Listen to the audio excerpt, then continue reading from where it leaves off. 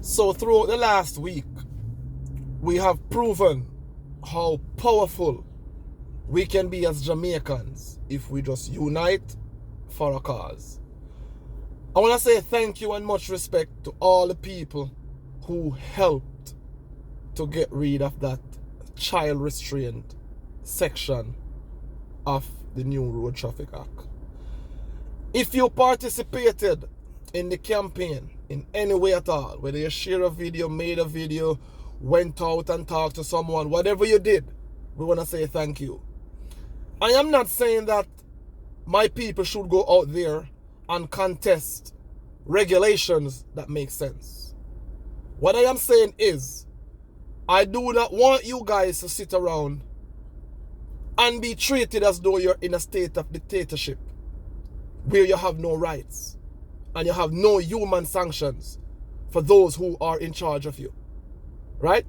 Now, going forward, we want the same type of unity when we challenge the things that does not work in favor of national pride. Look, within the past 2 weeks, over 60 guns, illegal firearms, were seized at the Montego Bay Wharf in St. James. Now my people who have a brain, that's at least 60 armed illegal criminals in Jamaica. Within the past 2 weeks, can you ask yourself how many law-abiding citizens did the FLA armed? Then we wonder why the criminals are winning against the law-abiding citizens. We are just accounting for 60 guns that were seized, not the ones that went through. So right there, we are sure that we at least saved 60 people from having a gun in their hands. Now we don't know how many went through. But when we ask the question, what is the government doing to ensure that the law-abiding citizens do not lose to criminals? We have no answers. Because we have a body called the FLA that thinks that a people's safety and a person's life is dependent upon their earthly possession. All if you have 50 house and 10 billion in the bank, without your life, that means nothing to you.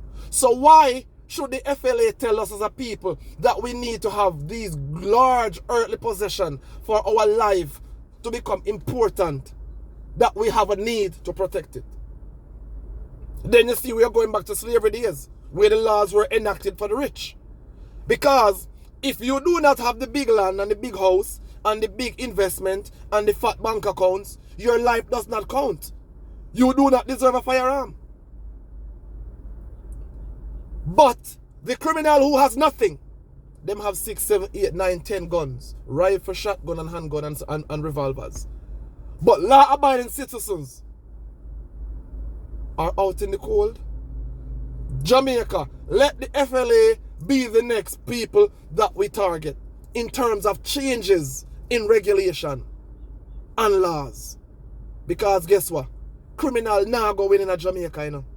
Law-abiding citizens will stand up. And we will continue to speak up.